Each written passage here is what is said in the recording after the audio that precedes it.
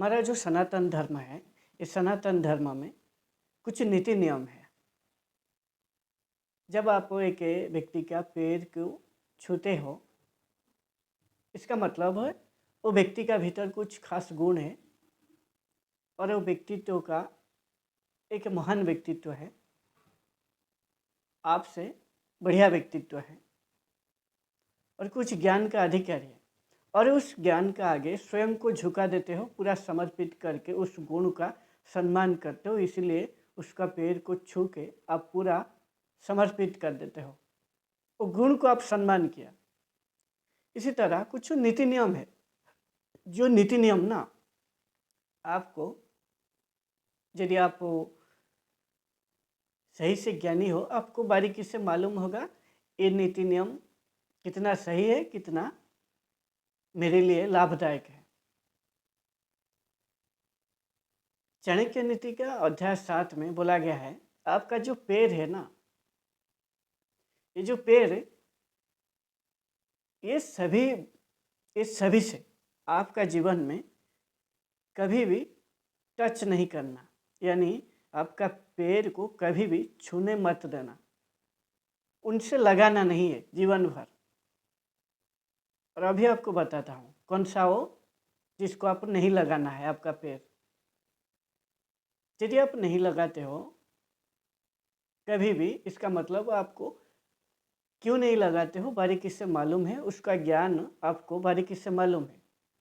यदि आप अज्ञान हो तो आप कुछ फर्क नहीं पड़ेगा इस बात का, लेकिन यदि आपका व्यक्तित्व सही है, सही व्यक्तित्व बनाना है, तो आपको ज्ञान को सीखना पड़ेगा। और ये ज्ञान जो है ना, बारीकी से जब आपको मालूम हो जाता है वो क्यों है और वो चीज़ से क्या मेरे को शिक्षा मिलता है, फिर जाके आप उसको बारीकी से आप सम्मान देते हो। पहला है एक ब्राह्मण। एक ब्राह्मण से आपका जो पैर को कभी भी टच नहीं करना। असल में ब्राह्मण वो है जो सभी में ब्रह्म को देखता है और स्वयं को क्षमा करता है, यानी स्वयं क्षमाशील है, वही असल में ब्राह्मण है। और जो व्यक्ति ऐसा नहीं कर पाता है वो ब्राह्मण नहीं है। और कोई मैं जाति को बढ़ावा नहीं देता हूँ। और ब्राह्मण इसीलिए उसको आपको पैर नहीं लगाना चाहिए। ब्राह्मण आपका ब्रह्म को धारण किया है और उसको ब्रह्म ज्ञान है। और एक व्यक्ति को जब ब्रह्म ज्ञान हो जाता है, इसका मतलब वो स्वरूप आत्मज्ञान हो जाता है उसको। इसीलिए आप उसको पैर नहीं लगाना चाहिए। और ये जो ब्राह्मण है ना, एक आम आदमी का जीवन को भी बेहतर कर पाएगा, वो जो आत्मज्ञान उसको प्रदान करके। और इसीलिए ब्राह्मण ना, आप जो भी घर में पूजा पाठ करते हो उसमें भी ब्राह्मण आके ना आपका जो काम को पूजा करता है। इसीलिए एक ब्राह्मण से कभी भी आपका जिंदगी में पैर को टच नहीं करना। दूसरा है अग्नि। अग्नि ऊर्जा का स्रोत है। ये जो पूरा धरती है, ये अग्नि का जो ऊर्जा, सूरज का जो ऊर्जा से ये धरती पूरा टिका है, प्रकृति टिका है। इसीलिए हमारा जो शरीर है पंचभूतों में बना है। ये जो पंचभूत है इनमें से ऊर्जा भी एक स्रोत है, यानी ऊर्जा स्रोत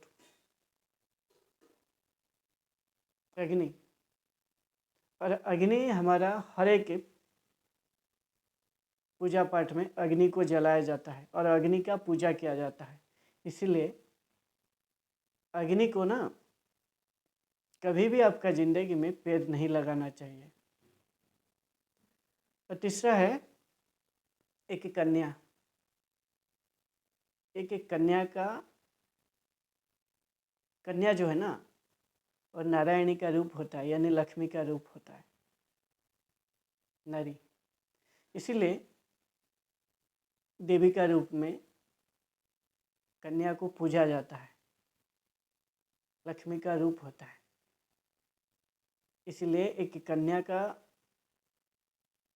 साथ में कभी भी आपका पैर को टच नहीं करना। यदि आप ऐसा करोगे आप अज्ञानी हो, आपको सही से ज्ञान मालूम नहीं है।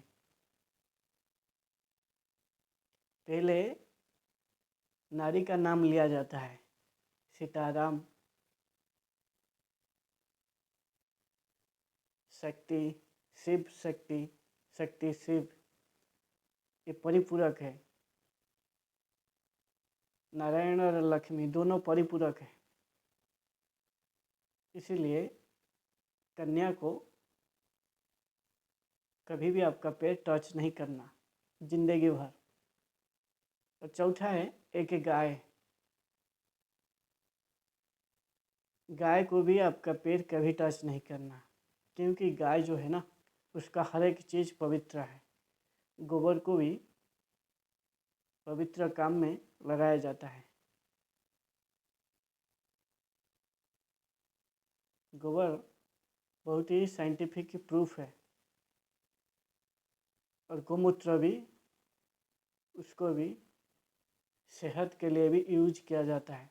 और सबसे बड़ा चीज़ जो है, गाय इसीलिए पवित्र है, वो पूजनीय है। गाय का जो दूध है वो हम भगवान का ऊपर समर्पित करते हैं, वो बहुत ही पवित्र है। इसीलिए तो हम लेके डायरेक्ट गाय से भगवान को चढ़ा देते हैं।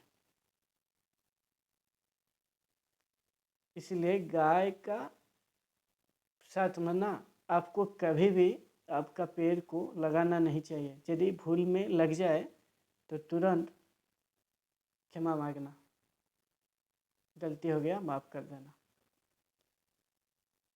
और एक बच्चा, जो छोटा बच्चा है, उसमें भी आपका जो पैर है वो भी कभी नहीं लगना चाहिए, क्योंकि जो बच्चा है उसका अंदर कोई पाप नहीं है। अवश्य वो पशु जैसा बच्चा जन्म होता है, एक बच्चा और एक पशु जो भी जन्म होते हैं वो सेम है, बराबर, लेकिन उसमें कोई पाप नहीं है। वो प्रकृति का सभी गुण उसमें है, लेकिन उसमें उस टाइम में कोई पाप नहीं है। प्रकृति का जो भी पेड़ पौधा, हम भी प्रकृति का हिस्सा है, वो भी बच्चा जो प्रकृति का हिस्सा है, लेकिन उसमें पाप नहीं है। वो पूरा उस टाइम में प्रकृति में जो भी चीज़ है उसी का जैसा वो प्योर है। इसीलिए बच्चा को ना आपका पैर जब लगेगा, लगना नहीं चाहिए। गलती में लग गया तो तुरंत क्षमा मांगना, गलती हो गया। और जो लास्ट है, एक जो वयस्क व्यक्ति या बुद्ध व्यक्ति, जो बुद्ध व्यक्ति, जो वयस्क व्यक्ति है, वो सम्मानीय का पात्र है, सम्मान का योग्य है। और आपका घर में जो भी वयस्क व्यक्ति है उनको जरूर सम्मान कीजिए।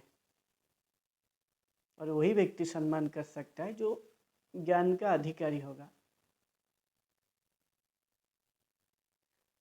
और जिसको भी आप सम्मान करते हो वो सम्मान का भी अधिकारी होना चाहिए। क्यों आप सम्मान करते हो उसको भी मालूम होना चाहिए, तभी जाके आप जो सम्मान करोगे वो बारीकी से मालूम होगा। आपको मालूम है, उनको भी मालूम है, इसीलिए आप समर्पण भाव में सम्मान करते हो। और वयस्क व्यक्ति से कभी भी आपका पैर को नहीं लगाना चाहिए। और ये सभी जो मैं बोला, ये आपका मानविकता जो गुण है उसको दर्शाने के लिए भी आपको आना चाहिए। ये गुण, ये मानव का एक गुण है, वो गुण को आपका भीतर रहना चाहिए।